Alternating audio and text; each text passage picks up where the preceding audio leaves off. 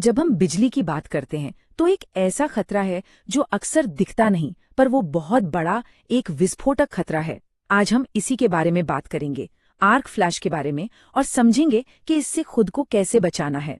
ये सारी जानकारी पवन सिंह जी द्वारा तैयार की गई एक सेफ्टी गाइड से ली गई है। और हाँ, अगर इस विषय पर स्पेशल ट्रेनिंग की जरूरत हो तो उनसे 8141824876 पर संपर्क किया जा सकता है। तो आज हम क्या क्या कवर करने वाले हैं।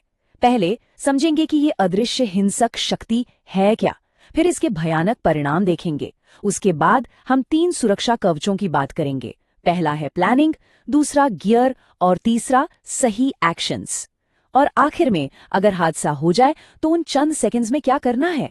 तो चलिए शुरू करते हैं। पहला सवाल, ये अदृश्य और हिंसक शक्ति आखिर है क्या, यानी आर्क फ्लैश होता क्या है।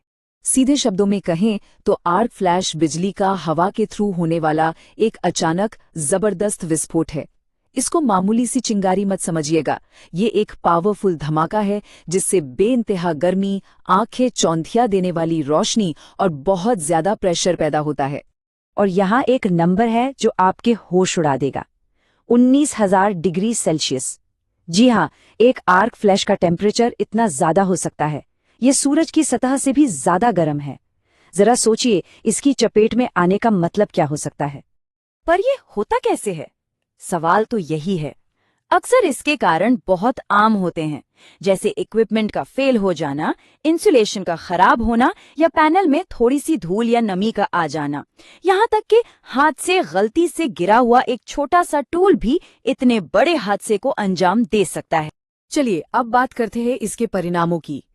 जब ये एनर्जी बिना कंट्रोल के रिलीज होती है तो इसकी इंसानी कीमत बहुत भारी पड़ती है।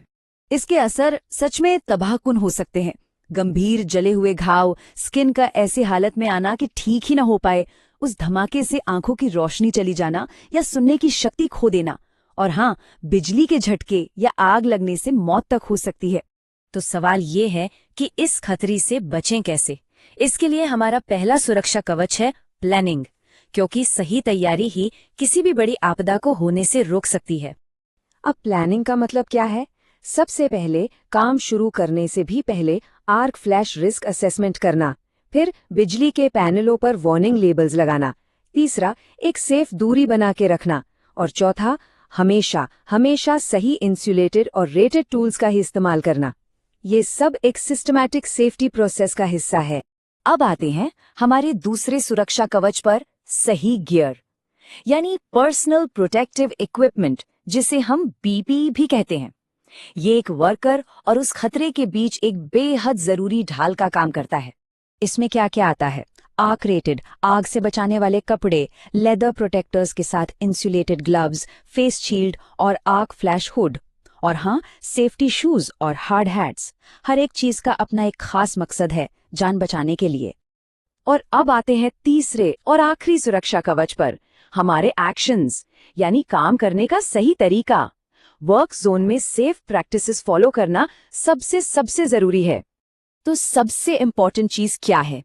जब भी जहां भी मुमकिन हो, काम करने से पहले इक्विपमेंट को डी एनर्जाइज करना, मतलब उसकी पावर सप्लाई बंद करना। लॉकआउट टैग आउट यानी लोटो प्रोसीजर्स को सख्ती से फॉलो करना। और सबसे जरूरी, टेस्ट बिफोर टच का नियम हमेशा याद रखना, ये पक्का करने के लिए कि करंट बिल्कुल जीरो है। ये बिल्कुल साफ है क्या करना है और क्या बिल्कुल नहीं करना है। हमेशा सही पीपीई पहने, पैनल के दरवाजे बंद रखें, और क्या नहीं करना है, लाइव इक्विपमेंट पर काम करने से बचे जब तक कि कोई दूसरा रास्ता ही न हो, और सेफ्टी इंटरलॉक्स को कभी भी बाईपास ना करें। ये नियम जान बचाते हैं। लेकिन अगर इतनी सावधानी के बावजूद कोई हादसा हो जाए तो याद रखिए, एक सेकंड कीमती है।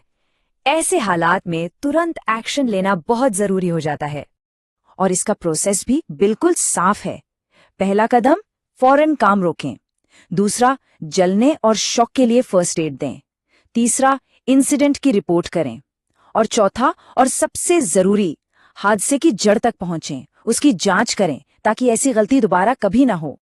इतने सारे नियम, इतनी सारी सावधानियां, इन सब के पीछे का मकसद बहुत सीधा सा है। Electrical safety can save lives. ये सिर्फ एक लाइन नहीं है, ये एक सच्चाई है। तो आखिर में एक सवाल जो हम सबको खुद से पूछना चाहिए, सेफ्टी प्लान तो बना है, प्रोटोकॉल भी मौजूद हैं, पर क्या उन पर अमल हो रहा है? क्योंकि कोई भी प्लान कागज पर तब तक ही रहता है जब तक उसे जमीन पर ना उतारा जाए।